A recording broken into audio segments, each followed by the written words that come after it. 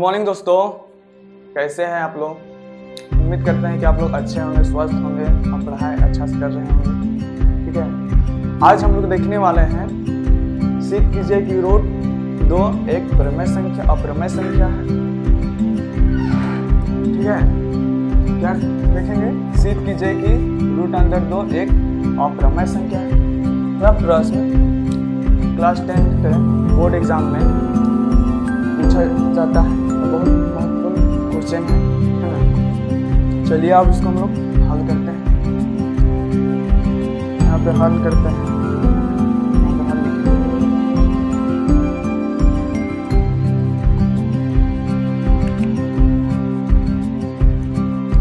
यहाँ पे लिखेंगे माना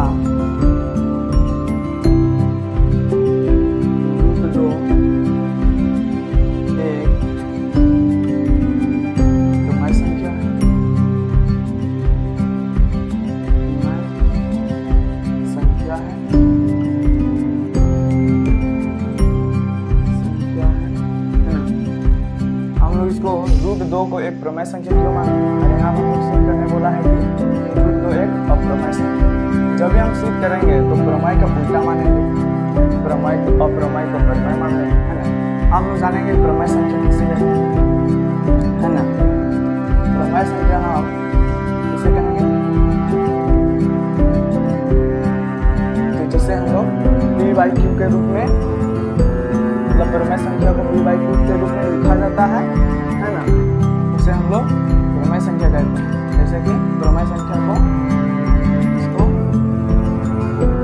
p/q के रूप में लिखा जाता है ना। q 0 नहीं होता, नहीं होना चाहिए, हम लोग प्रमेय संख्या कहते हैं। तो आगे लिखेंगे तो हम लोग भी 2 को भी p/q के रूप में लिखेंगे। हम लोग प्रमेय संख्या मान रहे हैं कि रूट 2 एक प्रमेय संख्या है ना। हम लोग इसको लिखेंगे बराबर a/b, जहाँ a तथा b क्या है, जहाँ a और b सभाज्य संख्या है।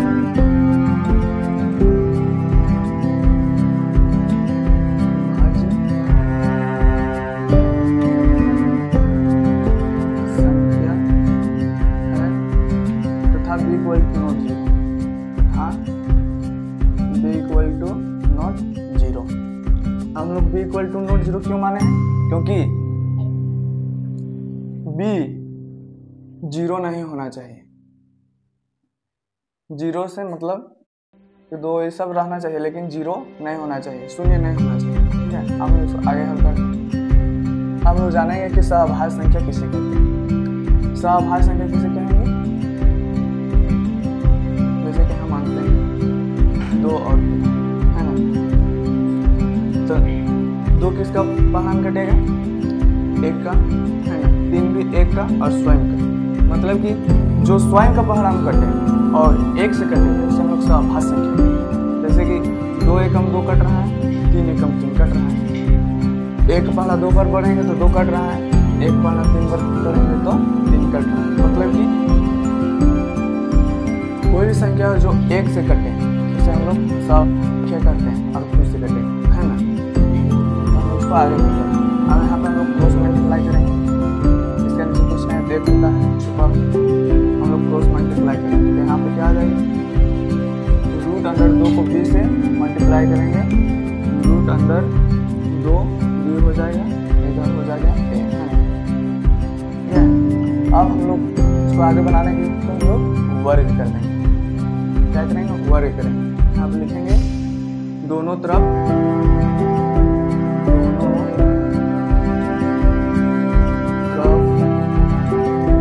वर्ग करने पर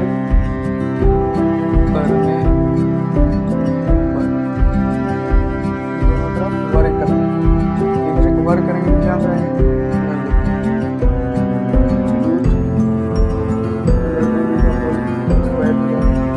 हो जाएगा 1 है ना। हम लोग इसको मल्टीप्लाई करेंगे, स्क्वायर करेंगे, तो रूट 2 को स्क्वायर करेंगे तो यहाँ से रूट 2 मतलब कट जाएगा, बचेगा 2, यहाँ पर हो जाएगा बी स्क्वायर, इधर हो जाएगा ए स्क्वायर। अब इधर 2 इधर गुना में है तो हम लोग इधर ले जाएंगे तो क्या हो जाएगा, भागा में चल जाएगा, इधर ले जा रहे हैं क्या आ जाएगा, भागा में इधर ए स्क्वायर हो जाएगा। अब यहाँ देखते हैं, यहाँ पे देख रहे हैं कि 2 जो है ए स्क्वायर को विभाजित कर रहे हैं, तो यहाँ पे लिखेंगे, यहाँ पे इसको याद कर लीजिएगा, इसको हम लिखा जाता है चूंकि ए स्क्वायर 2 से विभाज्य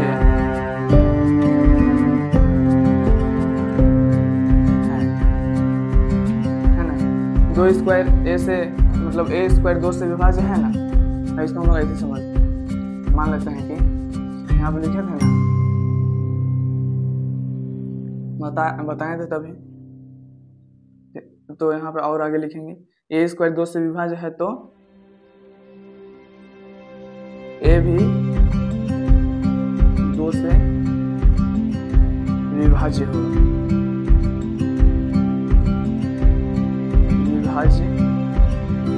होगा, कैसे होगा अब जानेंगे। ए कैसे होगा 2 से विभाज्य और ए स्क्वायर कैसे होगा 2 से। देखिए अगर हम यहाँ पे 2 का स्क्वायर करते हैं और 2 से भाग देंगे है ना, तो इधर स्क्वायर हो गया 4, 2 से काटेंगे तो 2 दूना 4 पे चल जाएगा है ना, तो 2 से विभाज्य हो गया, ए स्क्वायर भी 2 से विभाज्य होगा ना। अगर हम यहाँ से स्क्वायर हटा देंगे तो 2 से 2 क्या विभाज्य नहीं जाएगा, तो एकदम विभाज्य चल गया, भाग चल गया है ना, तो उसी को हम लोग लिखते हैं, समझिए आप। हम लोग लिखेंगे फिर से यहाँ पर मानेंगे, पुनः मानेंगे, पुनः माना कि ए बराबर, फिर ए बराबर मानेंगे, ए बराबर क्या मानेंगे 2c। अब हम लोग 2c क्यों मानेंगे इसको भी जानेंगे। देखिए यहाँ पे अगर हम 2 गुना 2 करते हैं, 2 गुना 4 करते हैं तो क्या 2 से सब विभाज्य जा रहा है, 2 को काटेंगे तो 2 एकम 2 चल गया, 2 2 4 चल गया, क्या है तो यहाँ वही मानेंगे, यहाँ पे 2 को कॉमन ले लेंगे, उसके बाद जो 1 2 जाएगा उसको हम लोग मान लेंगे।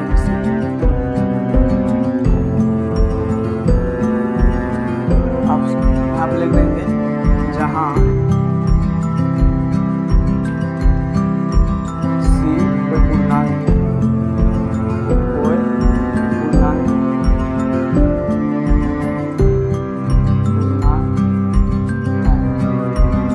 C को हम लोग पूर्णांक माने। अब हम लोग यहाँ पे लिखेंगे, पहले यहाँ पे अब लोग इसको समीकरण 1 मान लें,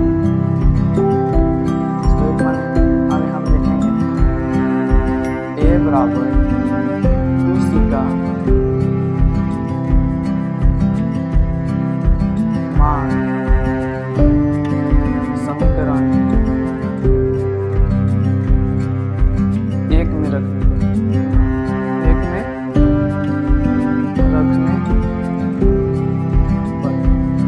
अब हम लोग समीकरण में एक मान रखेंगे, जो माना हम लोग उसी उसको हम लोग एक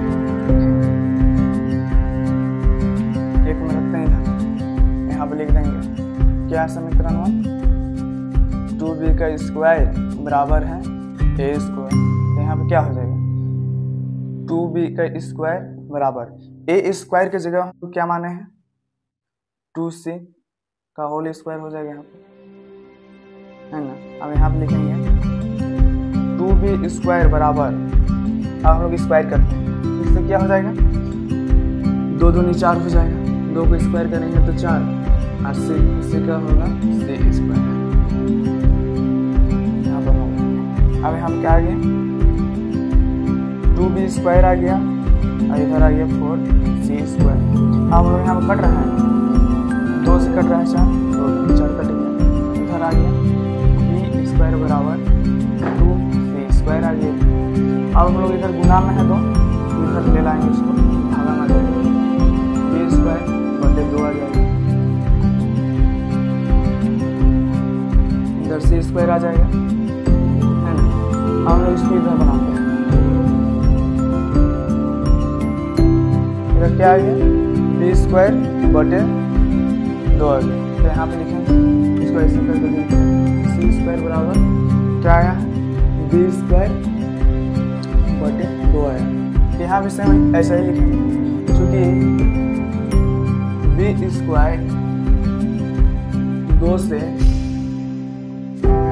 बी भाज्य है,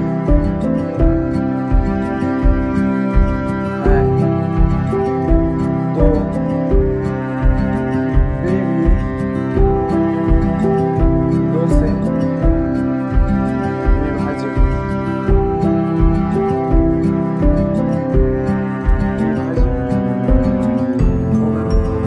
होगा ना। अगर बी स्क्वायर 2 से विभाज्य है तो क्या स्क्वायर हटा देंगे तो देखिए ना 2 से विभाज्य हो जाएगा। आप लोग यहाँ तक समझ चुके हैं।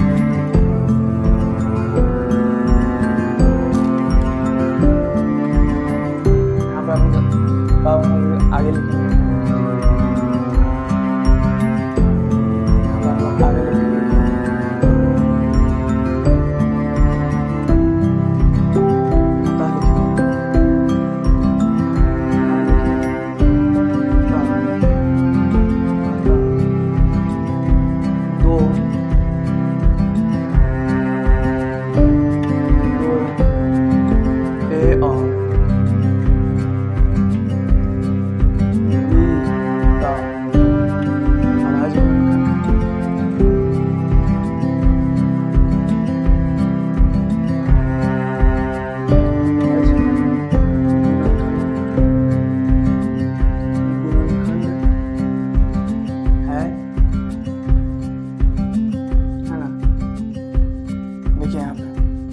ए और बी का अभाज्य गुणनखंड है ना, तो 2 काट रहा है ए स्क्वायर को भी और इधर काट रहा है बी स्क्वायर को, तो इसका 2 ए और बी का अभाज्य गुणनखंड है ना, इसलिए यह विरोधाभास है।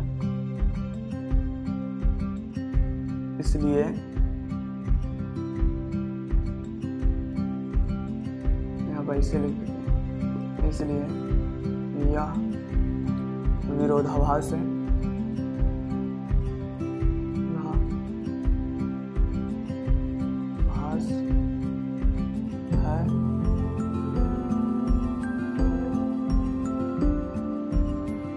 अतः यह विरोधाभास है, इसलिए यह विरोधाभास है।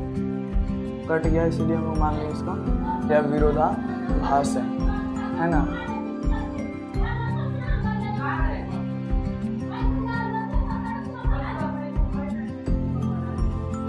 अतः यह अप्रमेय संख्या है, अतः यह अप्रमेय संख्या है, अतः यह अप्रमेय संख्या है। हम लोग माने कि रूट 2 एक प्रमेय संख्या है, लेकिन हम लोग को मान हो गया कि यह प्रमेय संख्या है। हम लोग को यहाँ पे क्या आ गया कि ए स्क्वायर जो है 2 से विभाज्य हो गया, इधर बी स्क्वायर 2 से विभाज्य हो गया, इसलिए हम लोग जो मान को चले कि रूट 2 एक प्रमेय संख्या है, यह गलत मान है ना, क्योंकि यहाँ पे हम लोग को 1 आना चाहिए, अप्रमेय संख्या होती है ना, लेकिन हम लोग का गया है कितना से 2 से विभाज्य गया है, इसलिए यह अप्रमेय संख्या नहीं होगा, है ना। हम लोग मानना गलत हो गया, अतः यह अप्रमेय संख्या है। तो आप लोगों ने इस प्रश्न को अच्छा समझ गए हैं, है ना।